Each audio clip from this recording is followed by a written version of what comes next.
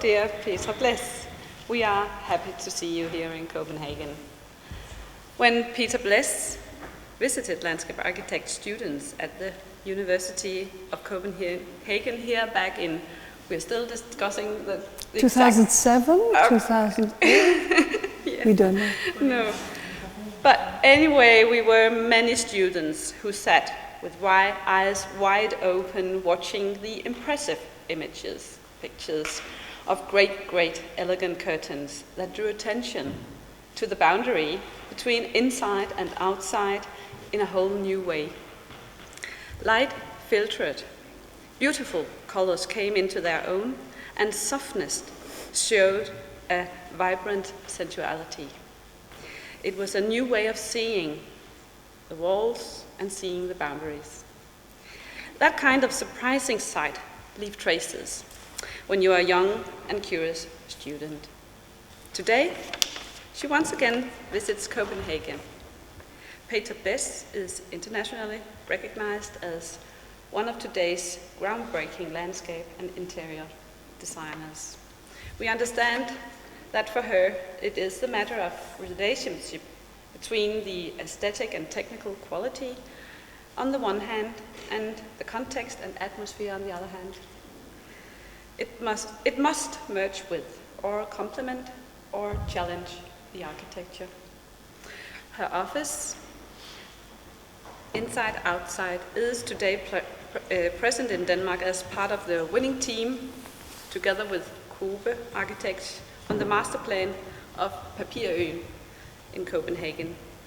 Blaisse has contributed to projects in Europe, Asia, and the United States, both as an independent designer and in collaboration with famous urban planners and architects.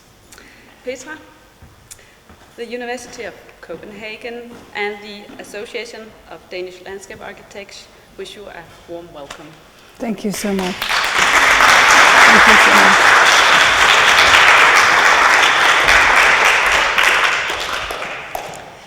Ladies and gentlemen, I'm really honored to be invited. Thank you for being here on this beautiful day. I was here half an hour ago and all the curtains went up. Jana, I made a film. It came from nowhere and they shut the windows, except one. So that's really beautiful. Can you see the images? Are they clear? Okay, as said, we're, of course, our name says it all, inside, outside. It all started with the fascination of the combination of the two.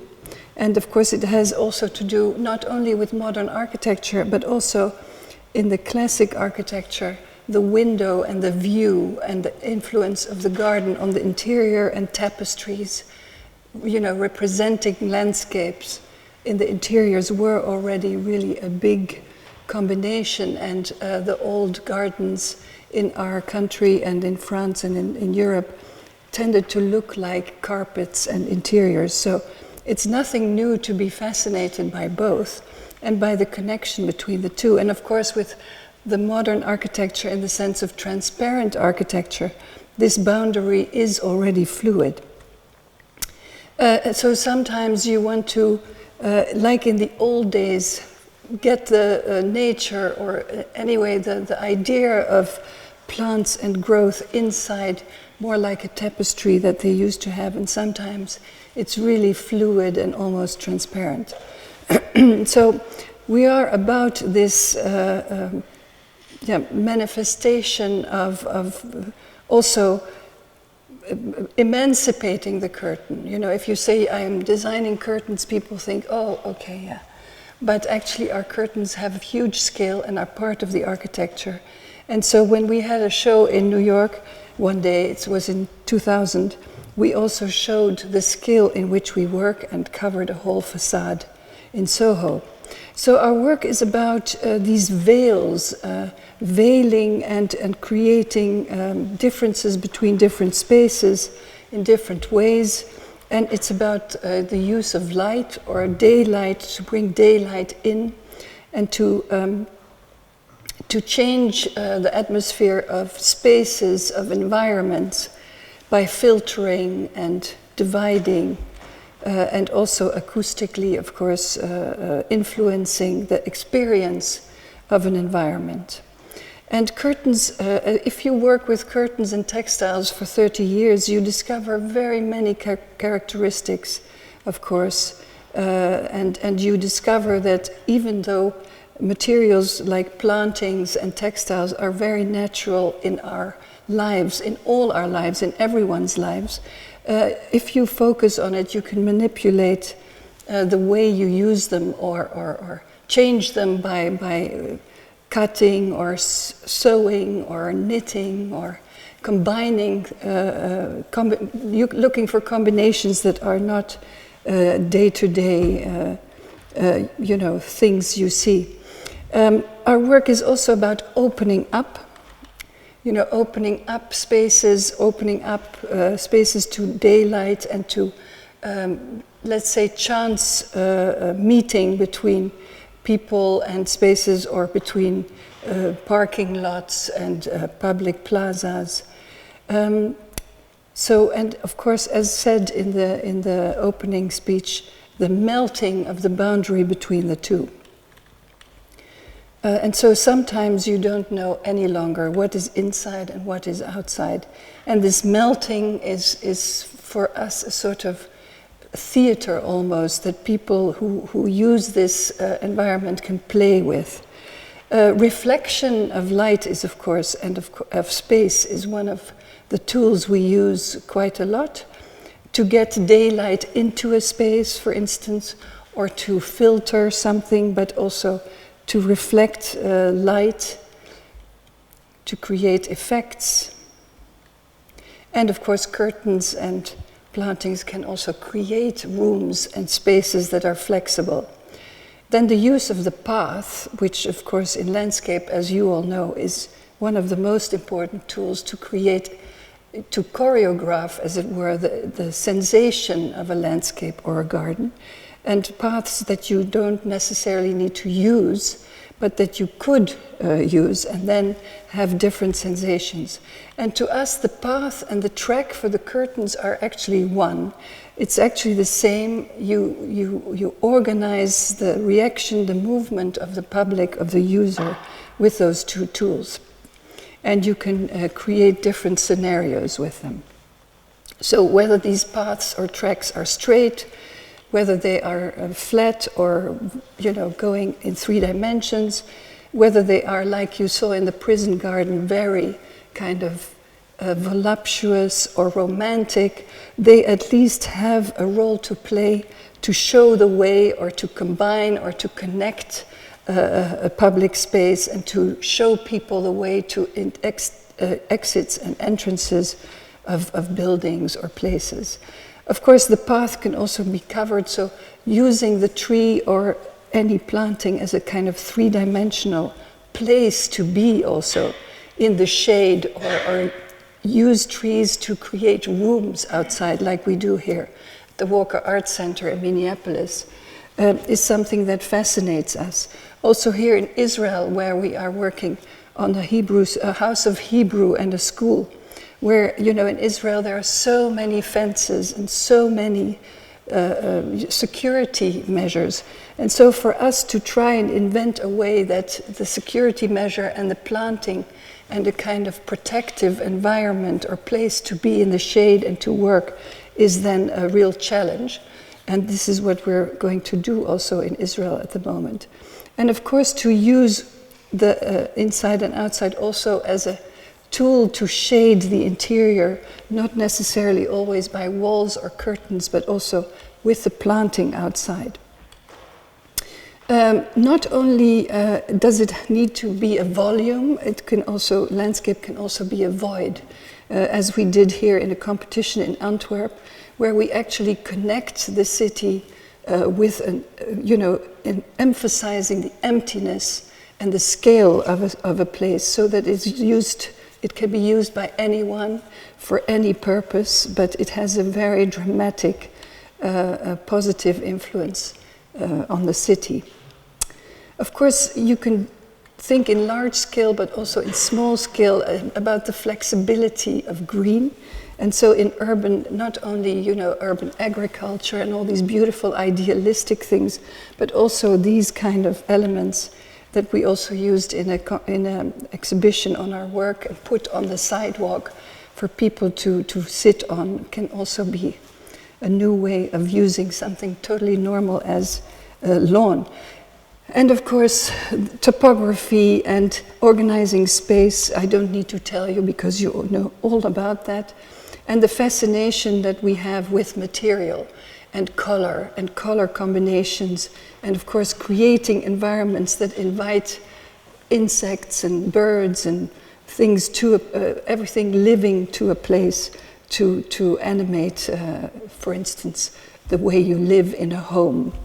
But also how to use hard materials and to use them in a way that they become soft, almost textile-like, voluptuous spaces where you can be, sit, skate, and take a rest. Actually really trying to transform hard materials in another way, or use brushes and take a brush and create a whole brush wall like we did in the Mercedes-Benz Museum in Stuttgart, for acoustic reasons, but also, you know, for effect of spaciousness, etc. So fascinated by materials and what you can do with it, and what the scale tells you, you know, like if you tear a cloth apart and you knot it into a curtain of 22 by 17 meters, what is the effect acoustically and visually on a space? But also focusing on the details of structuring and creating textiles. For instance, you know, the weaving, the action of weaving and how it is like structures. It's like architecture, how these things come together and how they create softness or hardness, stiffness, opacity or transparency, etc. So by cutting and folding and doing all kinds of things with existing materials, you come to new and different effects. Of course, a bit of transparency and voyeurism is part of the fun. And so to create, for instance, these flexible curtains as a manner of making walls for galleries or for any public building, but always with a breakthrough, always with a view somehow to another place, to more space, to the outside, etc. And whether that's a bridge or whether it's vertical or horizontal doesn't really matter. And of course, our work is also about weight and weightlessness, and about emancipating the curtain from the architecture, which here it might be also a good example for a concert of a composer in Holland who asked us to make a curtain as a kind of backdrop to her music piece called Narcissus, and we created a curtain that was held up by balloons with helium. So the weightlessness of things and the way they can move on their own and have some kind of form of, you know, total chance and complete connection to the climate or to whatever happens is one of our fascinations, and of course very much influenced by the visual arts and performing arts of the 60s, which is a bit my generation. I also think, of course, we are very dependent on computers, and everyone needs them. We need them, I need them. But we think at Inside Outside that drawing by hand, even if it's just researching your concept for what you're going to do, is really very important, because we feel that your hand and your brain are definitely connected, and therefore also for communicating to others, but for yourself, it is still a very important tool. To fantasize, to be free, and not to make things immediately official by working in your computer.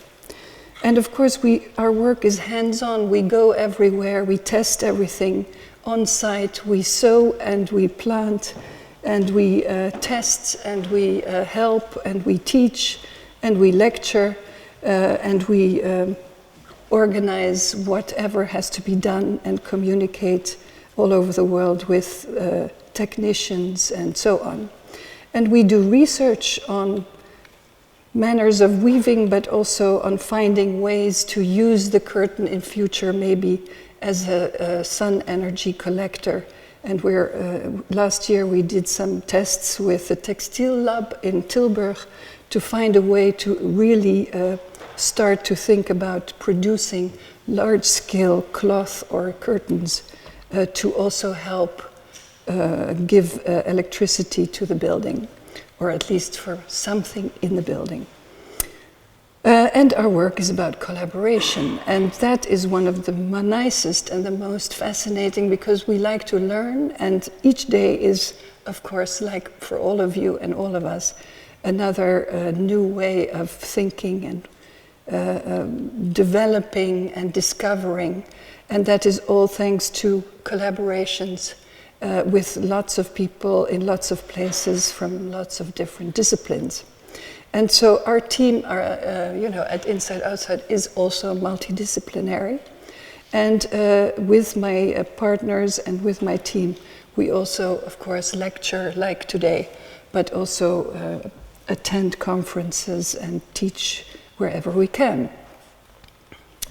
So I think most people have seen one of the projects that we did with OMA, which was very much symbol of our inside-outside involvement, in where we worked with OMA for 5 years, actually from the conceptual phase to the execution of this building and the landscape in the heart of Seattle, and where actually my concept was to create, the footprint of the building was so big that you didn't have much space, so we made carpets of plantings that were very local. Outside Seattle, it's beautiful, it has forests and mountains, and it goes up to Canada, and there used to be bears, and there's fantastic plantings. So we actually imported these plants as carpets into the city, and developed carpets that would enter, textile carpets that would enter the building. But we also did all the interior finishes advisory, so on furniture, on color use, on material use, all for technical but also atmospheric reasons, and until we also entered in the heart of the building into the auditorium, and then up through the building to the roof to create a roof garden. And this is very important if you have public buildings where you have different spaces. Like I used to make exhibitions in the 80s and 90s, that you go from space to space and each time have a different atmosphere and experience and emotion. And that these colors also subconsciously bring people through a building without needing too much signage, literal signage. But you see, we also made these acoustic ceilings, etc. there. And we influenced the city in their choice of street trees along the library by saying, okay, it's a library, so can we change your trees exactly where the library is and change them into families of a certain specific tree, which happened and which was acknowledged by the municipality. So this is when it was made. So these carpets literally enter the building and become textile gardens. And of course, these textile gardens have a purpose. They change the acoustic of the space, but they also create places where people want to be and want to sit and want to relax. But by putting these carpets strategically through a building, you also show a route, you show a trajectory that people can follow and therefore find their way up and wherever they want to go. And with the Taipei Performing Arts Center, also with OMA, we are still active working on. It's really a fantastic design. I think it has one tower where all the technique is happening, and actually 3 auditoriums that are connected to that one tower. So all 3 auditoriums use the technique, and they can also open up to each other. So auditoriums can become twice as large or in a different shape. And it's a place where used to be the night market, you know, with food and everything, a bit like a paper island. People are eating and outside and inside and all night long, and there are markets. And so OMA wanted to not to lose that, and so they made this whole theater kind of floating above ground so that that could come back and would happen again.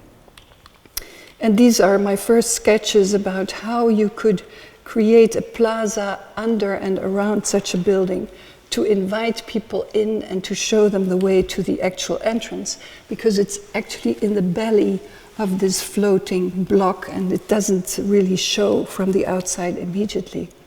So using graphics, of course, helps, and or graphic language, you know, quite strong language to give energy and to create a kind of center where you want to go to from wherever you come, from whatever direction.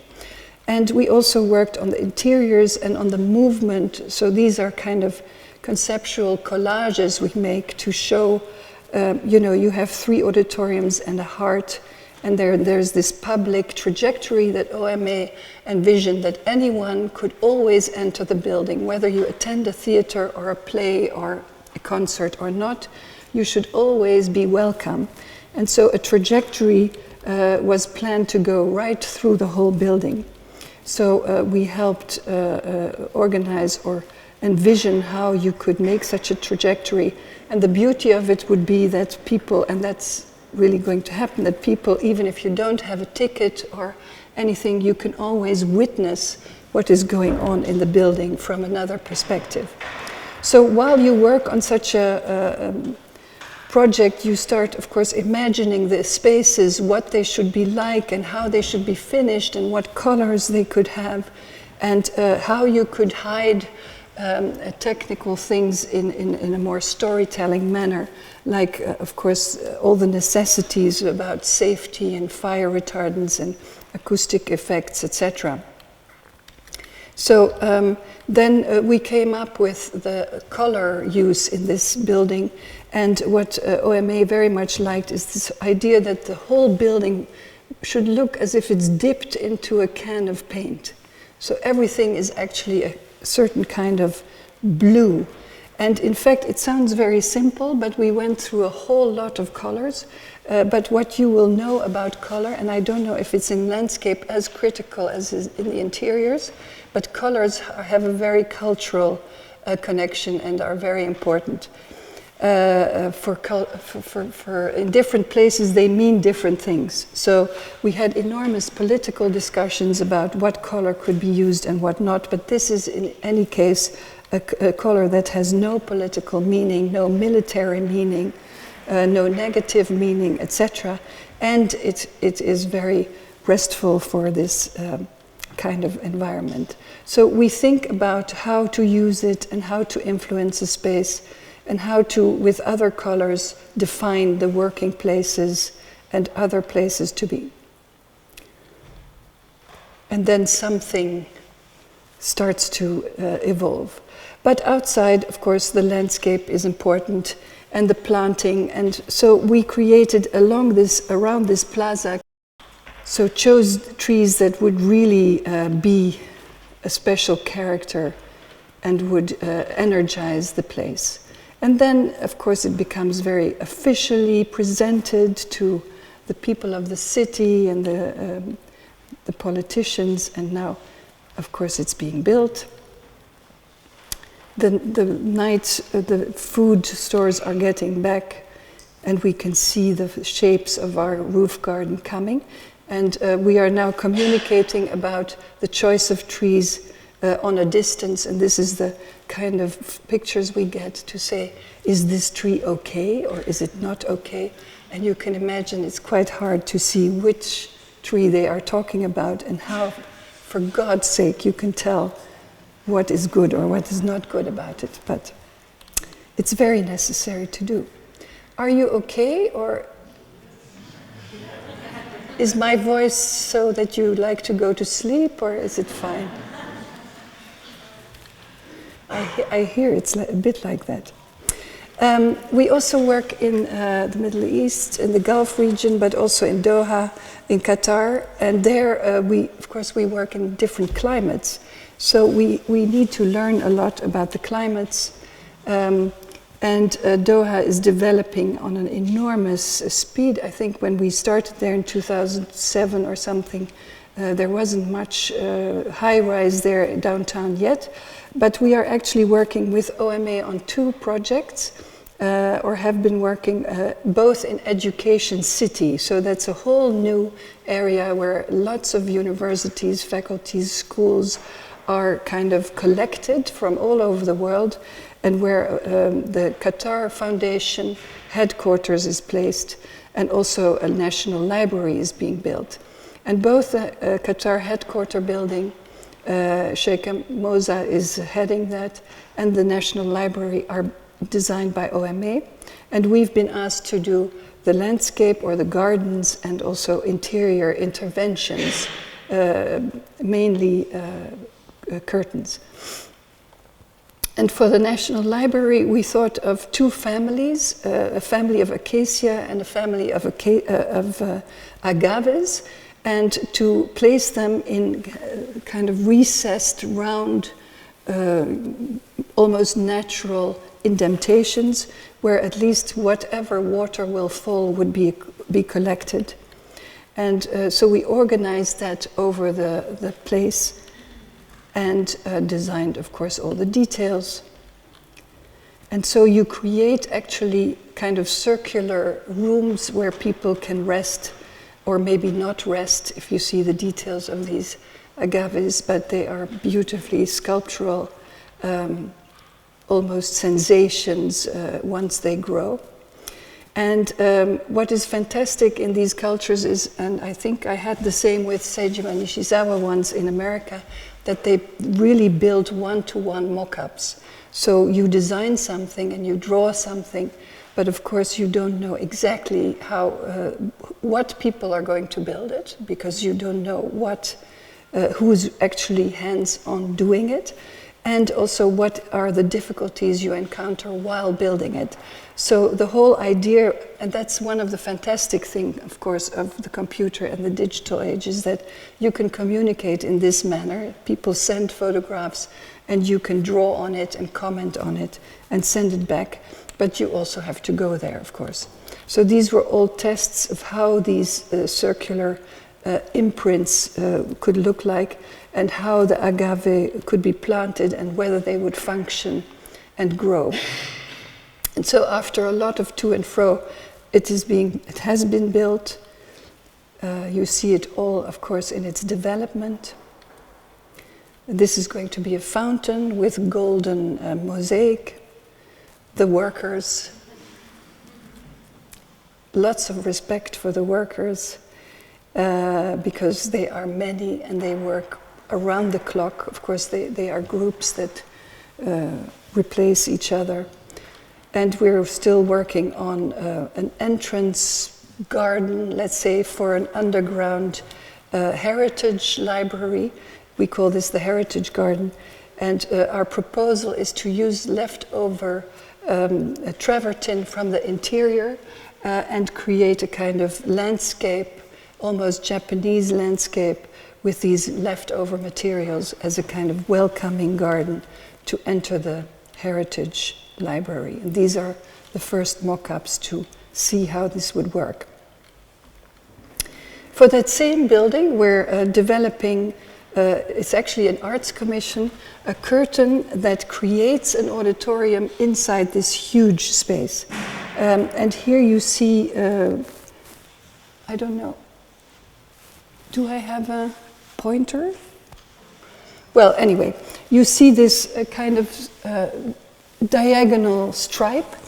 It's going to be the beam where the track is fixed onto, and on that track a curtain will hang, and that curtain will, in this open space, envelop an auditorium.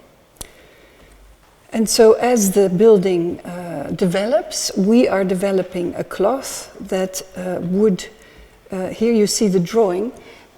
One of the things that is a self-criticism is that when you are involved in a whole conceptual phase of a building, sometimes you have an idea which later, years later, turns out to be really a stupid decision. So one of the stupid decisions, creative decisions we made in an earlier phase is to make a beam that is diagonally floating in space above the actual auditorium, onto which a curtain should be hung in future. At that time we didn't know we would get the commission, but of course we hoped we would, and didn't realize what the difficulty will be, because a cloth is of course something that has to do with gravity, and if you hang it diagonally it doesn't hang very nice. And the other thing is that a curtain needs to be stored. So it's not definitely and always hanging in this position, but it needs to be pulled back and be stored on another position. And what you see here in the sketch is, of course, that on one side the curtain will be shorter and the other side will be longer, and it has to cross certain corners. And so we needed to develop an idea that could handle this kind of friction and actually, you know, stretching and pushing together. And we started to think about a kind of plissé, like an accordion, that would be able to go around the corner and to handle this kind of strange hanging, both straight sometimes and diagonal sometimes. And we came a long way, but discovered that was not the solution. So we started to develop a weave with a certain yarn that is so slippery that actually the textile itself would slip. And so if the curtain hangs straight, it's like this, but if it hangs diagonally, the yarn itself would actually slip. But if you do that, it's of course a dangerous kind of textile because it will fall apart. So we had to find also a weave that would hold it together. And of course weaving is in two directions, as you understand. So you can do that, but you have to be very strategic how and where you make this more intense weave so that you hold the whole cloth together. And so the design development and the technique, of course, always go hand in hand. And what we designed is actually a way, a rhythm of, we call it a structure or belts that are more intensely or, how do you say it? Woven as you, more dense, thank you, Jana. More dense, it's the same yarn, but it's very dense, and that holds the thing together. Of course, you need to think about decoration and about a certain story or narrative if you have such a big object in the middle of a national library. So we found in Qatar, in the Islamic Museum, beautiful machines, tools of measuring the stars, and so we used those and made them abstract, used those as images. And then, of course, it's not just a straight piece of curtain, but it's different forms that need to come together, and you work with the engineers who make all the motors and tracks that it all works together. And then you have to also make the cloth, the weaving understandable for the people who are going to actually do the work. And so we made these drawings for them to say, okay, the design is a few layers on top of each other, and all these layers together are the actual design. We wanted to make a cloth, one cloth, but with two different faces, completely different faces. And there is a technique called jacquard, which is also called damast, and it's very traditional in the Netherlands, and I'm sure you use it here as well. It is that you can actually make a cloth that is positive and negative. So if it's black here, it's white here, and vice versa.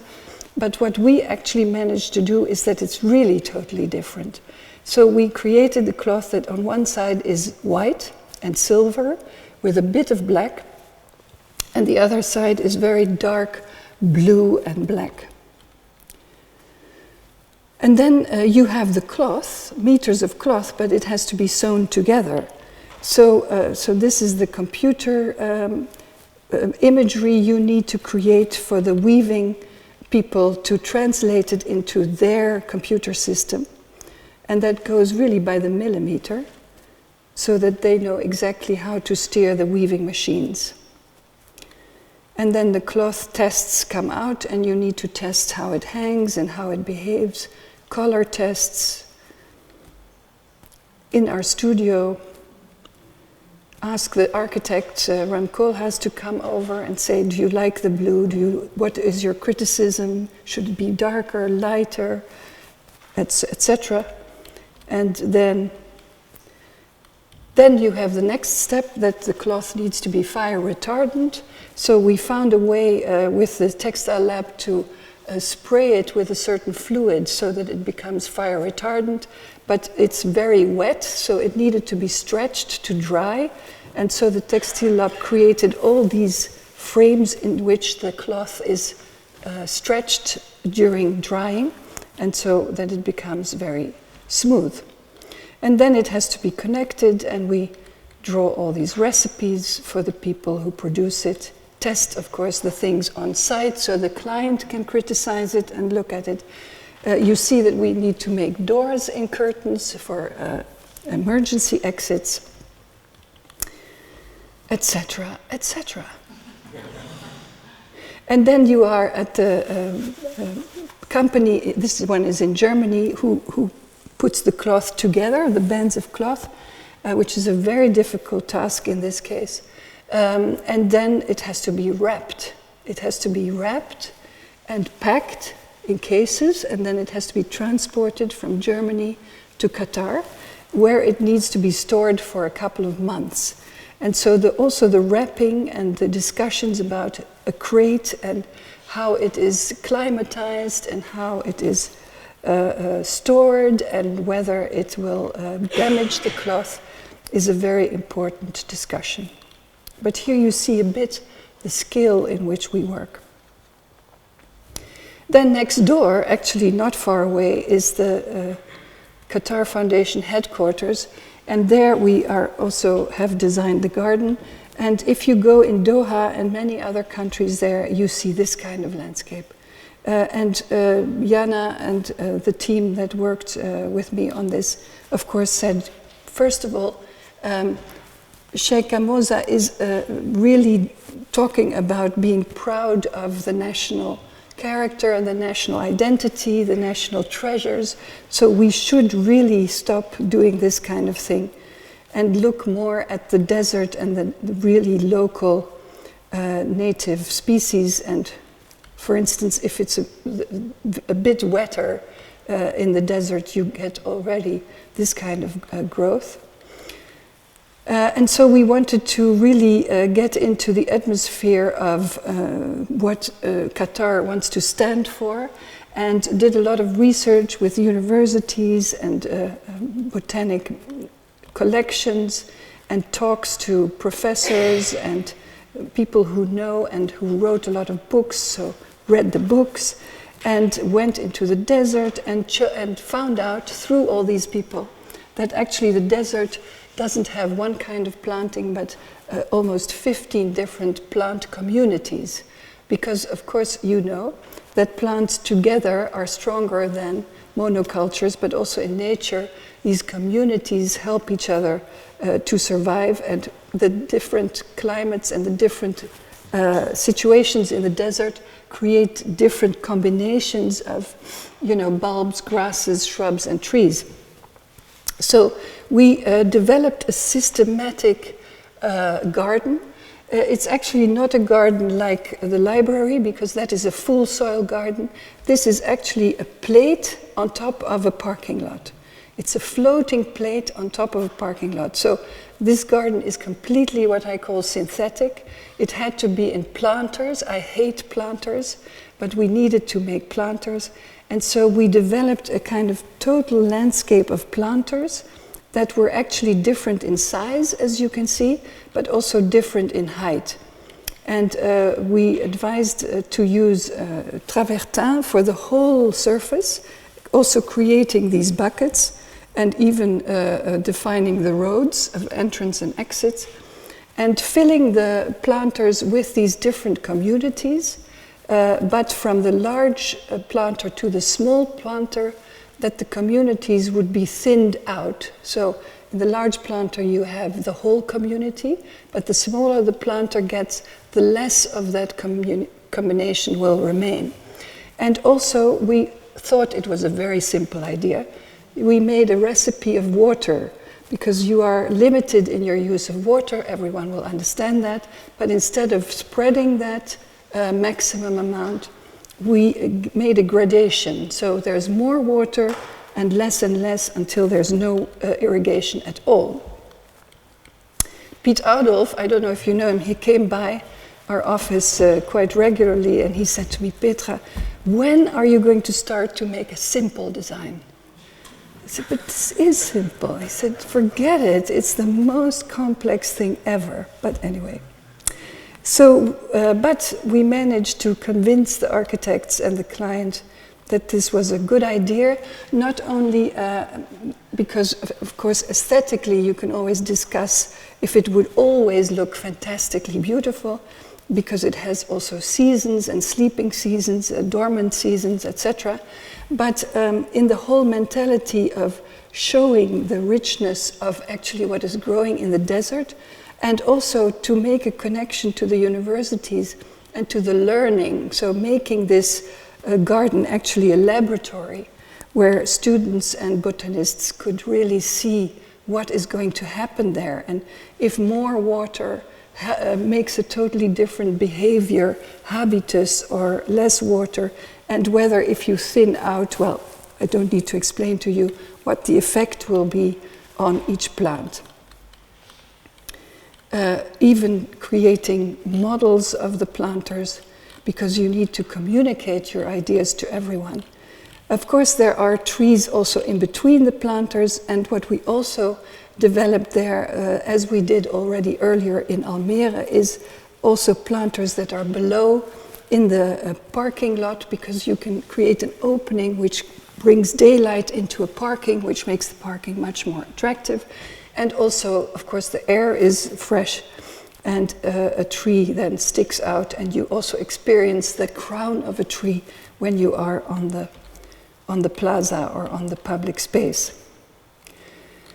So with each visit, you see it all developing, and you develop with it. And so the detailing of each planter, but also using this grid of planters also for entrances and exits to the parking lot. So some planters are stairs going down, some planters are openings where a tree sticks out, of course, as I said. And so you can create a lot of different, you can solve a lot of technical necessities also by making use of everything. And while we were working, of course, the whole specific planting lists developed, and also the whole communication with nurseries to start growing them and finding seeds and multiplying roots and so on, to really create the numbers you need, because you're not allowed to go into the desert and just grab a few plants. So already years before it was executed, we needed to convince nurseries to actually go and do it in the future. Really start creating nurseries to grow all these plants. Until it really starts to happen. And you encounter lots of things, of course, safety, security, and you always need to make a lighting plan. Here you see that the planters are also integrating intake and output of the air of the parking. And here you see that things start to take shape and an evening impression of the light system. Because of course in those climates the evenings are more animated than the day outside.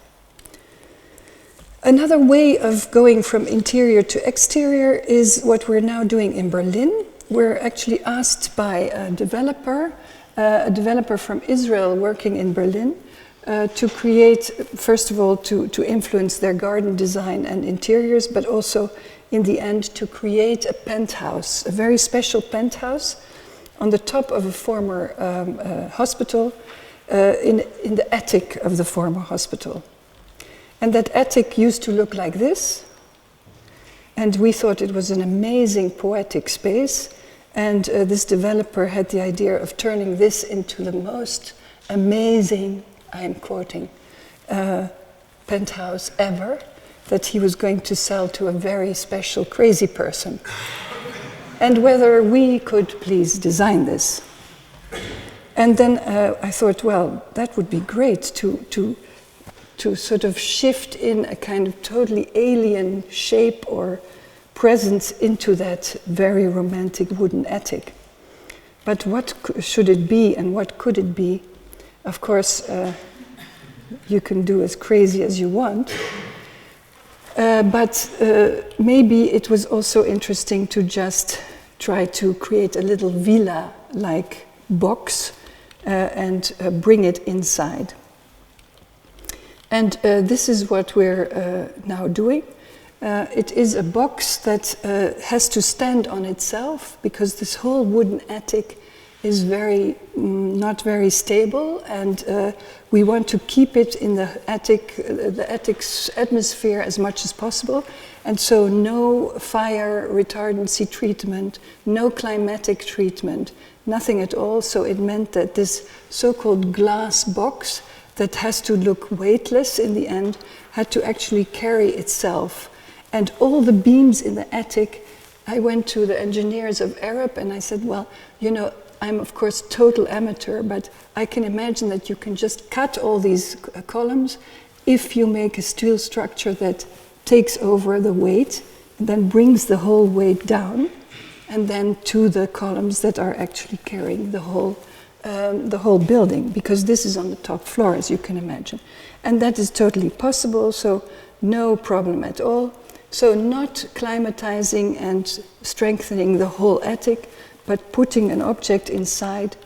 And by doing that, and that's why I'm showing you this project, the attic itself becomes a kind of serre, becomes a kind of half inside outside garden, because the whole roof is letting through wind and light and hopefully animals. I don't know if the owner would like it, but that is what we imagine. And we did some scale comparisons and found out that actually Philip Johnson's glass house fits exactly in it.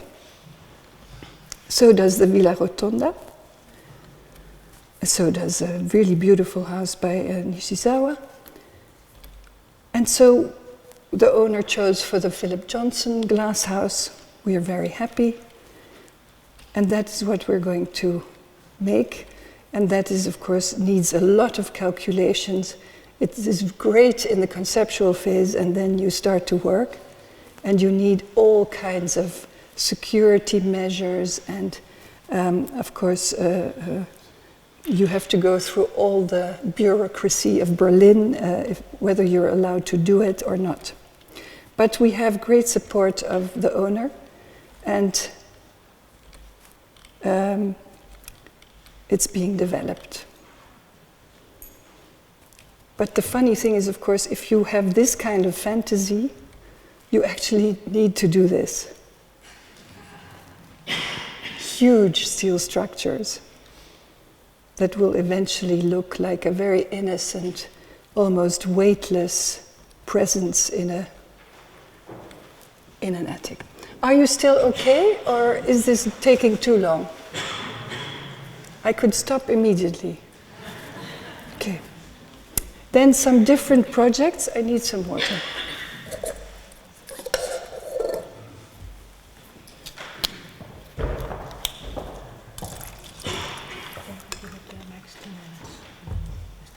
Minutes. Oh my God. No, forget it. It's impossible. Okay, then I go through it. This is a park we are now going to execute this year in Milan. It's all about connectivity, the role of the path. Actually, a park that is composed by 3 ingredients: paths, a web of paths, irregular fields that are created by the paths, and a confetti of trees, circular bosques that create inhabitable spaces. And this is such a strong concept that whatever you encounter, we won this competition with Mirko Zardini and Michael Moltzen, Irma Bohm, Piet Oudolf and Rodor in 2004. And in 2010, this was the situation. And we were really shocked. And we had to analyze also the subterranean things. There are train tracks, tunnels, metro stations, etc. under this piece of 10 hectares of land. This is the kind of models we make. This is what it's going to be. And of course, there's a lot of things to make. And then 9 years later, we are still discussing. And now we are cleaning the soil. 11 years later, a year delay because of the expo, and now tearing things apart in an angry session, we do have a contract for the execution phase. In Amsterdam, we are working on the faculties. Here we connect, it's all about connection. We connect the whole faculty with all the buildings. Also a competition we won as Inside Outside. With a very romantic ribbon. That ribbon is created with street, normal street cobblestones, or what's it called? Bricks, thank you very much. Thank you.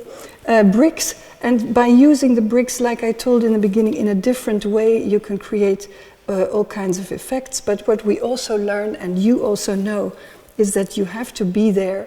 And because it's in Amsterdam, we can go on our bicycle and have much more check moments than anywhere else, is that if you're not there, it's going to be really very badly made. So we have to correct here and there all the time, but it's being made and it looks promising. And as you might have heard, we have worked with Kube. We say Kobe, but Kube, this competition for the paper island. And also there, our role was to, of course, brainstorm with the architects, fascinated by the fact that they work there and they know it, and it's a fantastic island, and it's very animated, and people are obviously happy having it. Actually keeping as much as possible that is already there, and building on top of it. This is a sketch I made because that's the fantasy, that you make a kind of table, and on top of that table, other things will be built. We suggested a paper cut pattern to cover the whole island, and both inside and outside, so that floor plane has one language and one decoration that would make everything melt into each other. And of course, we were asked to do the landscape in the sense of planting. So the idea is that the center of these buildings will be a real lush green garden also on top of the roofs, and that the quay stays as it is almost, really open and free for any manners of use in any weather. And there will be an open public swimming pool, and we think that it can become interesting. You have a lot of bicycles like us. This is in Amsterdam, so we propose to do a kind of floating bicycle storage. This is a planting plan. Again, the trick of the tree coming out of the parking lot, because as you might know, under this plane a whole parking lot will be built. And so it is all a connection in layers, vertical layers on top of each other. Okay, the Shenzhen, which is on the poster, is it already 10 minutes? Yes. Here we wanted to combine in this roof garden, we did all the gardens there, but the roof garden, to combine European and Chinese culture, paper cuts, and medieval decoration, language for carpets, etc., to combine these two and create a roof garden and take this pattern inside. And that the green actually makes this pattern three-dimensional, so you could actually use it. And here you see the scale, you see people and chairs. So the people, 10,000 people working at the Shenzhen Stock Exchange can use this roof on 60 meters height as part of their work and their relaxation and communication area. And so we had to use a lot of languages to convince the client that it would work. And when we went there to see how they would make it, we had a big heart attack. We thought it would never be okay, never be done, but slowly something is growing. Reflecting on architecture. An arts commission for a garden, we created personal pavilions, leading the visitors of a garden with their own pavilion through the garden, protect them from the sun, create views, etc. And these drops of polished steel are like mirrors in the forest, creating light, but also a sixth dimension because the trees grow downward, as you can see. So there is no earth crust anymore. And we also had a temporary installation in a museum house in Rotterdam, where we used mirror to actually exasperate the idea of het nieuwe bouwen, so a modernism of the 20s and 30s, a villa in Rotterdam that is exactly a monument of that time. But by adding mirror, you kind of exaggerate this idea, which was the motto of het nieuwe bouwen, light, air and space.